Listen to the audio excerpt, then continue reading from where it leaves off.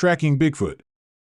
Much of what is learned about mammals in the wild comes from the stories that can be read from their tracks and other signs. Dr. Halfpenny, renowned wildlife tracker. Being able to tell a human footprint from a Bigfoot print from a hoax is an important skill to gain or perfect for any researcher. When examining a track or a cast, Dr. Jeff Meldrum looks at three major points: toe movement, midfoot flexibility, and pressure ridges. According to Dr. Meldrum, the resemblance of a Sasquatch footprint to a human footprint ends mostly at the inner big toe being aligned with the remaining toes. The Sasquatch prints are usually flat with no consistent indication of a fixed longitudinal arch. That feature is the true hallmark of the human foot. He adds that you will also see little indication of differential weight bearing under a specialized ball at the base of the big toe. The Sasquatch foot is broader and the sole pad appears to be thicker in comparison to the human foot. The heel and toe segments are disproportionately longer. There is usually an exceptionally long stride shown in a trail of Sasquatch prints, often with each print directly in front of the other. Most modern Euro-Americans leave lines of alternating right and left footprints, separated by some distance, which is referred to as a straddle or step width. A Sasquatch print tends to be uniform in the depth of the print as opposed to a human print that displays pressure indentation beneath the heel and ball because of the arch. In some instances, the Sasquatch print will indicate more ape-like midfoot flexibility. Dr. Jeff Meldrum goes on to say the Sasquatch print is not an enlarged human print but appears to represent a uniquely adapted primate foot associated with a distinctive mode of bipedalism, one that may well have evolved independently although roughly in parallel to hominid bipedalism.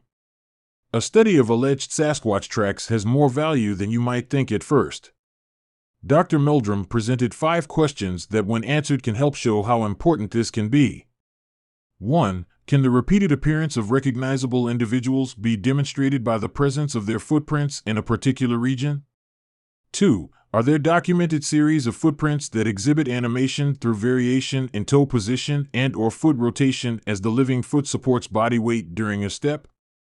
3. Do the footprints exhibit signs of the dynamic interaction of the foot with the soil, such as pressure ridges and tension cracks?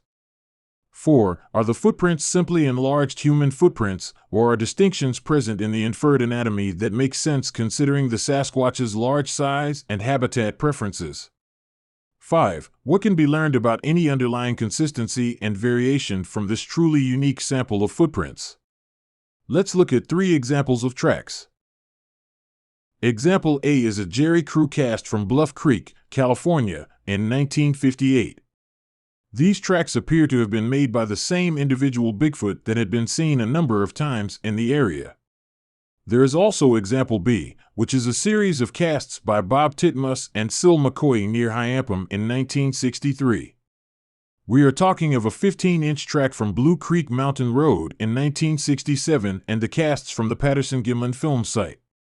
And we have Example C, a pair of tracks cast by Roger Patterson in 1964 at Laird Meadow above Novice Creek. Dr. Jeff Meldrum has a cast from this same individual from the Blue Mountains foothills, southeast Washington, in 1996. Another track was also cast and was in Dr. Krentz's collection from Oregon, 20 miles from Dr. Jeff Meldrum's site. Another aspect to keep in mind is hoaxed prints. A line of footprints made with artificial feet appears unnaturally monotonous and with minimal variation. The toe position is unvaried and mud cannot squeeze through joined carved toes. Also, look for a lack of tension cracks or pressure ridges in the footprints. Slide-ins and drag-outs are an indication, along with looking for varying depths of the impressions. Sasquatch toes are relatively longer and more mobile than human toes, although in some cases the long toes could be curved in a flexed position. This will leave an undisturbed ridge of soil behind the toe pads. This could perhaps contribute to the squarish appearance of the toes.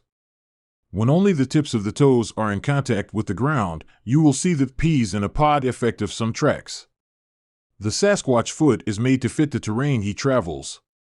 It gives him an advantage in climbing the steep and uneven mountain and forest landscapes of North America. It should perhaps be harder to hoax prints going up a sharply rising bank. The age of the tracks will also contribute to what they may look like. Ridge details last for only a couple of hours, depending on the soil and weather. Gravity, wind, and how dry or how wet it is will act to help level out the details of any skin pattern. The presence of ridge detail may also vary depending on the age and health of the creature making it. Skin will thicken with age, and that combined with abrasion that comes from walking barefoot may also wear down the ridge detail. This is only a tip of the toe into the value of knowing tracks and keeping a good record and/or casting of the tracks in your research area.